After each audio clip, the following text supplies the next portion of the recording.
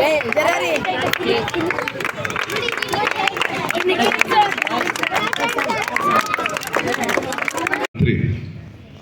గంటల తర్వాత లేదా 9కి ఈ కర్రసాము, కత్తి యుద్ధము ప్రతి ఒక్కడు యూత్ నేర్చుకోవాల్సిందే. మా నాన్నగారు, గురువు గారు నేర్పించేవాళ్ళు అనమాట.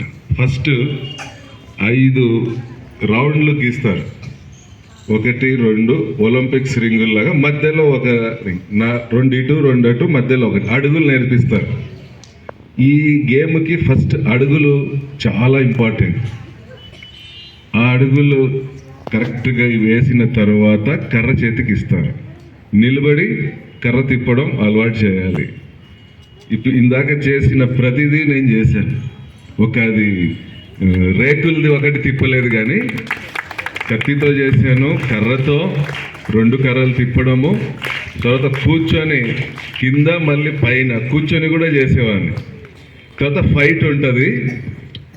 నిజంగా యుద్ధంలో కొట్టుకొని చంపేస్తారా వీళ్ళు, ఒకరికొకరు చంపుకుంటారా అన్నంత రోషంగా, అంటే చిన్నపిల్లల్లో అన్ని ఫీలింగ్స్ రావు, అంత భయంకర